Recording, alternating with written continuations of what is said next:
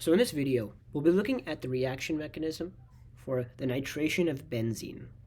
What you'll notice is this is going to be very similar to the reaction mechanism for sulfonation of benzene. And that's because both of these are examples of electrophilic aromatic substitution reactions, or EAS reactions. And you'll also see when we get on to benzene chlorination, for instance, as another example, or aromatic halogenation, excuse me. Right? Aromatic halogenation reactions, whether it be chlorination, iodination, or bromination, so on. These are all other examples of EAS reactions, and so the mechanisms will be very similar, which will also make it easier for us to remember or learn. So let's get straight into the actual mechanism here. So benzene nitration, as the name suggests, is going to start off with a benzene molecule. So our benzene here is our 6-membered ring with our 3 double bonds. And again, we have our hydrogen here. And much like the sulfonation of benzene, we're replacing this hydrogen with another group. But instead of replacing it with an SO3H group in the benzene nitration, we'll be replacing it with an NO2. So now how are we doing this? Well, we do this by reacting our benzene with nitric acid, that's HNO3, as well as sulfuric acid, H2SO4. So this sulfuric acid is going to be important in the formation of our electrophile. Like we saw in the sulfonation of benzene, where we had 2 sulfuric acid molecules react in order to form that great electrophile that we use in the reaction, we're going to need a sulfuric acid molecule here as well. However, instead of reacting 2 sulfuric acids, it's our nitric acid that is going to be reacting with our sulfuric acid, in this case, to form our electrophile. So let's look at how that works. So we're going to start off with our sulfuric acid, right? So that looks something like this. We have our nitrogen that is going to be double bonded to an oxygen and single bonded here to one. We have an OH group. We also have another oxygen here. So this oxygen is going to have 3 lone pairs. And this is going to have 2 lone pairs. So what we'll see happening is this is going to be reacting here with our sulfuric acid, which looks a little something like this, right? And we have 2 oxygens that are double bonded.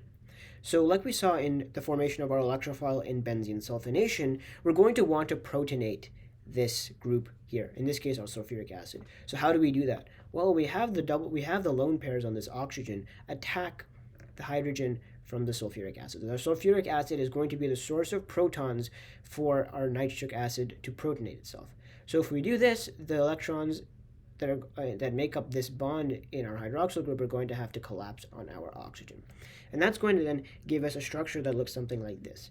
So again, what we're doing here, or what we're trying to achieve in this step, is we're trying to turn this hydroxyl group from a bad leaving group to a good leaving group. So how do we do that? Well, we do that by turning this into an OH2, right? An OH2. So here we'll have our oxygen still. And now instead of our hydroxyl group, we'll have an OH2 group. That's OH2. We now only have 1 lone pair, and now we have a plus here. So what do we do now? Well, what we'll see happening is we're going to take one of these lone pairs on our oxygen that's going to collapse here, trying to form a pi bond. So if we form a pi bond here, we're going to have no choice but to expel this OH2, which is a good thing because it's a good leaving group, so it's going to have no problem leaving. So what we'll have is the electrons that make up this bond are going to collapse into our oxygen, expelling our water. So we're expelling a water molecule out of this. Right? And that's then going to leave us with our electrophile. So that electrophile is going to look something like this. We'll have our nitrogen with 1 double bonded oxygen and another double bonded oxygen that we formed over here. So we have another double bonded oxygen. So this is going to be our electrophile. So we're going to have a plus charge on this. And you should remember that we also have this water molecule. Right? We have this water molecule that we formed. Again, we talked about how we expelled it here, so I guess we don't need to write it again. But this here is going to be our electrophile. So now let's see how this electrophile reacts with our benzene. So this part is not going to be very different from what we saw in benzene sulfonation. So we start off with our benzene. This benzene is going to have 3 double bonds, and so we're going to draw out these 2 hydrogens here. because we're showing out the reaction, right? The mechanism. So now what we'll draw out is our electrophile that we just formed. So our electrophile looks something like this. And so what we'll see is, like we saw in benzene sulfonation, the benzene here is going to go and react, or it's going to go and attack that nitrogen. So if we attack that nitrogen, what's going to happen is one of these pi bonds is going to have to break, and so we're going to lose one of these bonds and have those electrons collapse onto our oxygen. So again, it doesn't matter which oxygen here is going to get those electrons or which pi bond here we break, because these two are equivalent, so you can choose either the top one or the bottom one. It really doesn't matter. So what we'll now form is an intermediate that is going to be not very stable. Right? It's going to be a very rather unstable intermediate, and that's because we're going from an aromatic benzene to this intermediate that is not aromatic, right? And why is it not aromatic? Well, because we've lost the double bond here. We still have these two double bonds, but the one here is now lost, and so this molecule is no longer aromatic. But what we have in place is we still have our original hydrogen, and we have the other hydrogen here, but what we'll see is we'll also have this nitrogen that is bonded still to two oxygens. However, one of these oxygen is now bonded to the nitrogen with just a single bond. And since we lost a double bond here, this carbon here, had gained another group. It gained this NO2 group, and so it's all right. But this carbon here, it lost the double bond, but nothing else replaced it.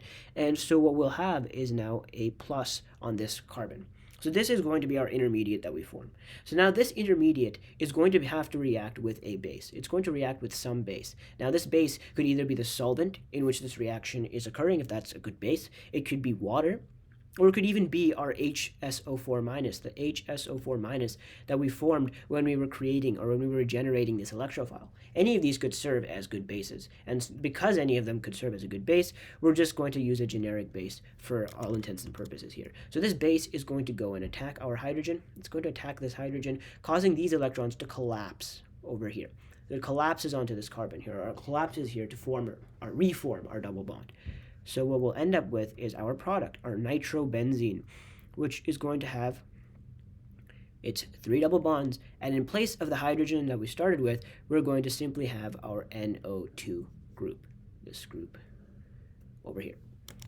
So I'm not sure if I mentioned that earlier, but this group, or this product, is called nitrobenzene.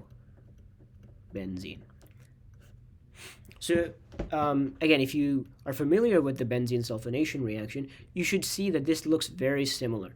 All we've really changed here is that electrophile, the group that is basically attacking or substituting this hydrogen here. And again, for that reason, that just makes things a lot easier for us to remember. And so hopefully this mechanism wasn't too difficult. Well, that brings us to the end of this video. So if it was helpful, please show your support by liking and subscribing, and leave in the comments any questions or suggestions for future videos that you may have, and I will see you in the next one.